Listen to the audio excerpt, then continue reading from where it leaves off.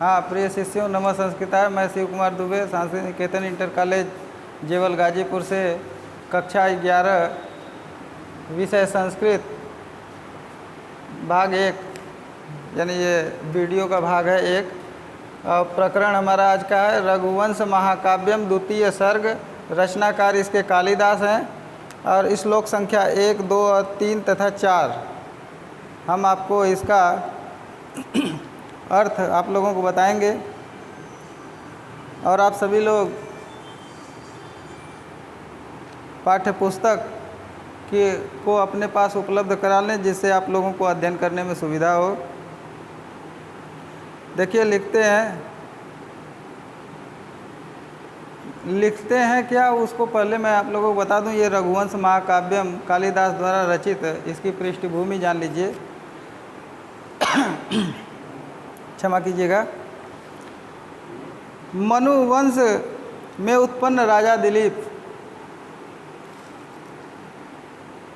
उन्होंने पुत्र प्राप्ति की इच्छा से अपने कुलगुरु वशिष्ठ ऋषि की आज्ञा से कामधेनु गाय की पुत्री नंदिनी की सेवा करने के लिए 21 दिन का संकल्प लेते हैं कि मैं 21 दिन तक नंदिनी का सेवा करूंगा। अब वह अपने पत्नी सुदक्षिणा के साथ गुरु की आज्ञा से सेवा करने के लिए उपस्थित होते हैं। वहीं का ये प्रसंग है। कहते हैं कि पहला श्लोक है ये, अथ प्रजानाम अधिपः प्रभाते, अथ प्रजानाम दीपः प्रभाते, जाया प्रतिग्राहित गंधमाल्यां, बनाय पीत प्रतिबद्धवत्सां, यशोधनो धेनुमृषे मुमुच, अथ प्रजानामधिपः प्रभाते, जाया प्रतिग्राहित गंधमाल्यां, बनाय पीत प्रतिबद्धवत्सां, यशोधनो धेनुमृषेर्मुमोच। अथ माने अब, अथ माने अब, यानी द्वितीय सर्ग जो है उसका यहीं से प्रारंभ होता है, प्रथम सर्ग के घटना के बाद। तो इसका अन्वय करेंगे, अथ प्रभाते यशोधनः प्रजानाम अधिपः जाया प्रतिग्राहित गंधमाल्यां, पीत प्रतिवद्धवत्सां, ऋषेः धेनुम वनाय मुमोच। और इसका अर्थ क्या होगा? अथ माने अब, प्राभाते माने प्रातः काल में, यशोधन यश है धन जिसका, प्रजानाम माने प्रजाओं का, अधिप माने राजा, यानी अब इसको सीधा करेंगे तो क्या, अब प्रातःकाल प्रजाओं के स्वामी, यश ही है धन जिसका, ऐसे राजा दिलीप ने क्या किया? जाया प्रति, जाया माने पत्नी, प्रतिगंध माल्याम, प्रतिग्राहित गंधमाल्याम, अर्थात हो गया कि जायाः सुदक्षिणायाः प्रतिग्राहिते स्वीकारिते गंधमाल्ये चंदनमाले ययाताताम, ययाथाताम।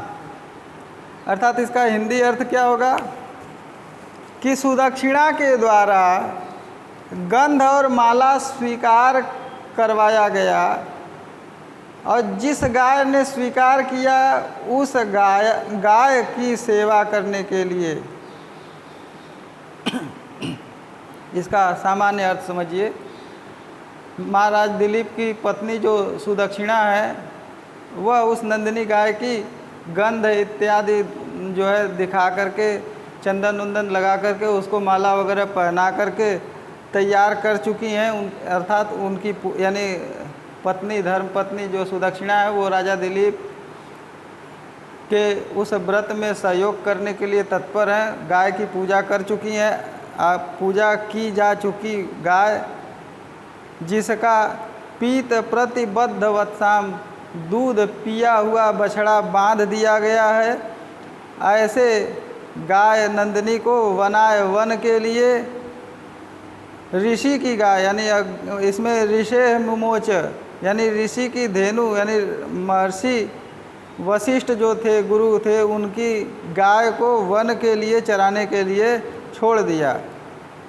अब इसको शब्दार्थ को जो है अब एक क्रम में करते हैं, तो एक क्रम में इसका हिंदी अनुवाद क्या होता है कि अब प्रातः काल में प्रजाओं के स्वामी यश है धन जिसका, ऐसे राजा दिलीप ने मुनि वशिष्ठ की गाय को जब उसका बछड़ा दूध पीने के बाद बांध दिया गया है और पत्नी सुदक्षिणा के द्वारा गंधमाला इत्यादि के द्वारा पूजा किया जा चुका है, ऐसे गाय को वन में चरने के लिए छोड़ दिया।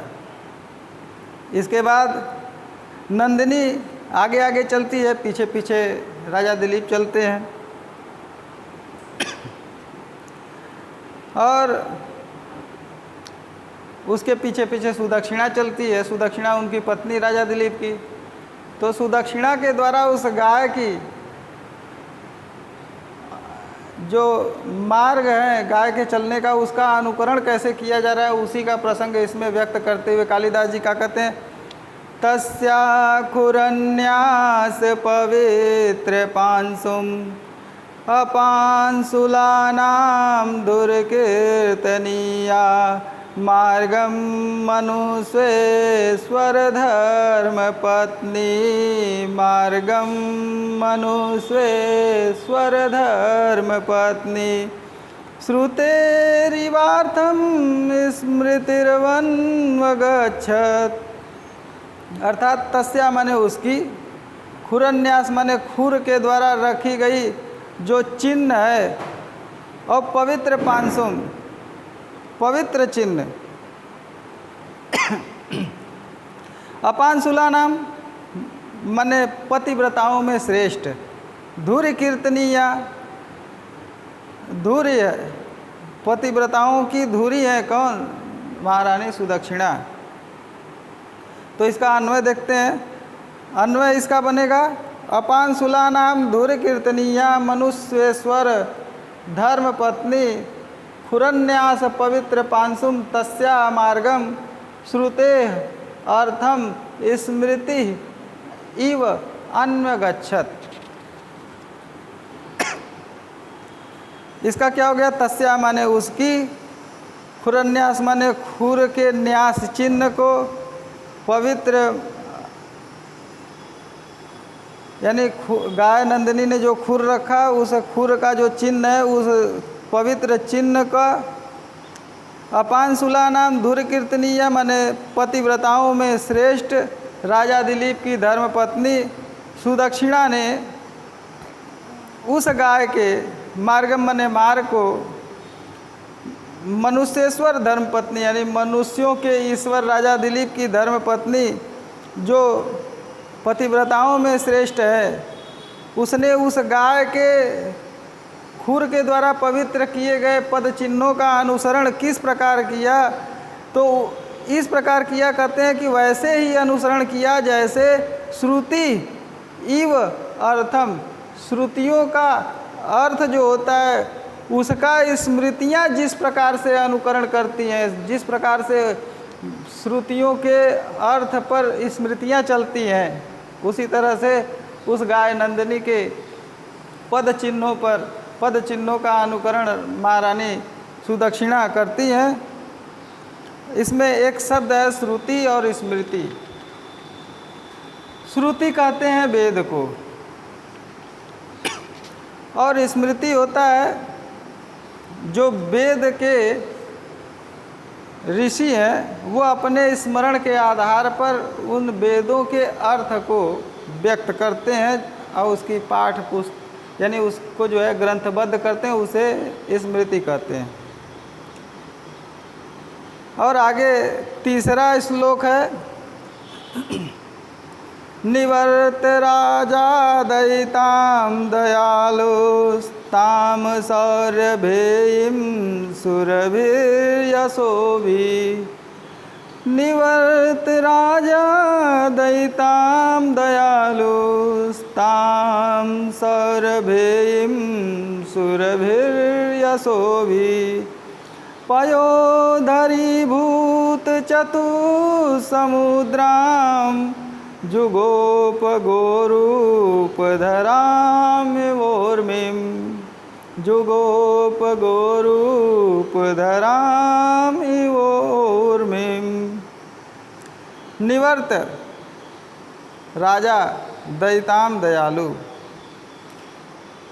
इसका अन्वय क्या बनेगा? यशोभी से शुरू करेंगे। यशोभी सौरभेयीं मने सुरभि, दयालु राजा ताम दयिताम निवर्त पयोधरी चतुः समुद्राम गोरूपधराम उर्मिम इव ताम सौरभेयीं जुगोप। इसका अर्थ क्या होगा? यशोभी माने कीर्ति से, सुरभि माने सुंदर, यह राजा का विशेषण है। दयिताम माने प्रिया को, निवर्त माने लौटा करके, प्रियम माने सुदक्षिणा को लौटा करके, और पयोधरी, पय माने होता है दूध, धरी माने धारण करने वाली, चतुः माने चार, जो गाय के चार स्तनों के जो स्तन होते हैं, चार स्तन जिसको बाट भी भोजपुरी में कहते हैं, उन चारों को कहते हैं कि ये चारों जो स्तन है इसके जो गाय के, वह दूध से इतने परिपूर्ण है कि मानो वह जो है दूध के चार समुद्रों को भी तिरस्कृत करते हैं। कहने का तात्पर्य है कि चार समुद्रों में जितना जल नहीं है उतना नंदिनी गाय के चारों थनों में दूध था। ऐसे दूधारू स्तनों को धारण करने वाली नंदिनी अपने स्तनों को इस प्रकार धारण की है जैसे गाय जो है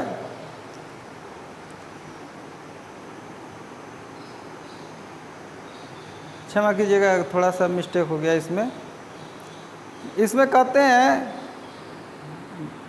माँ कवि कालिदास जी कि यश से सुंदर राजा जो दयालु राजा हैं, वह नंदिनी के मार्ग का अनुसरण करते हुए अपने पत्नी सुदक्षिणा को लौटाकर चारों समुद्र ही स्तन है जिसके ऐसी सुरभि की पुत्री नंदिनी की गऊ के रूप में सेवा करना प्रारंभ किया।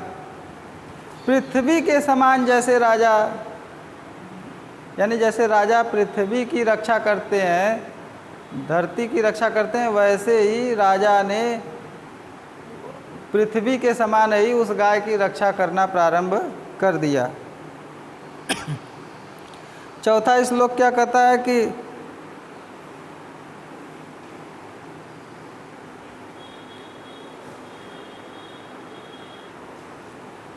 चौथा श्लोक क्या कहता है, कर रहे हैं इसमें कि व्रताय तेनानुचरेण धेनु न्यषेधिशेषो अपनुयायी वर्ग न च अन्यतस्य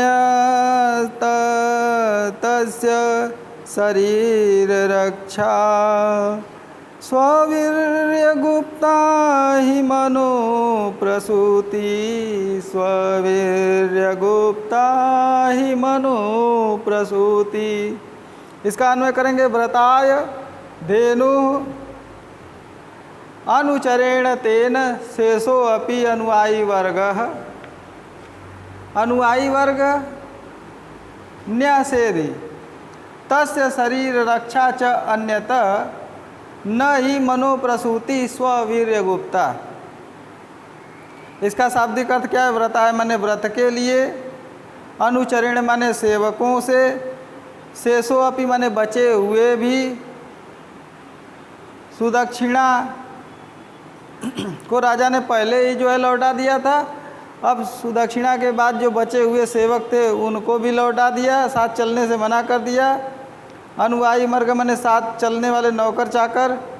क्योंकि शरीर रक्षा के लिए उनको किसी की ज़रूरत नहीं है, क्योंकि स्ववीर्य गुप्ता, वह स्वयं ही अपने पराक्रम से रक्षित हैं।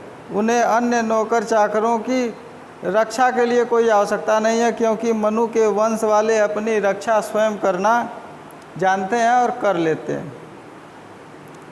अब इसका हिंदी अर्थ हम लोग देखते हैं क्या बनता है कि व्रताय माने व्रत के लिए, न कि जीविकोपार्जन के लिए। जो राजा गाय का अनुचर बना था, सेवक बना था राजा दिलीप, या जो गाय के अनुचर बने थे, उन्होंने सभी अनुचरों को अपने साथ चलने से मना कर दिया, क्योंकि अपनी शरीर की रक्षा के लिए उन्हें किसी दूसरे व्यक्ति की आवश्यकता नहीं थी। कारण क्या है इसका? कि मनु की संतानें अपने बल से ही रक्षित होती हैं, उनको किसी और की ज़रूरत नहीं होती है। इसी के साथ रघुवंश महाकाव्यम का प्रथम, द्वितीय, तृतीय और चतुर्थ श्लोकों की हिंदी व्याख्या समाप्त होती है। तब तक के लिए धन्यवाद। नमः संस्कृताय। मिलते हैं अगले वीडियो में।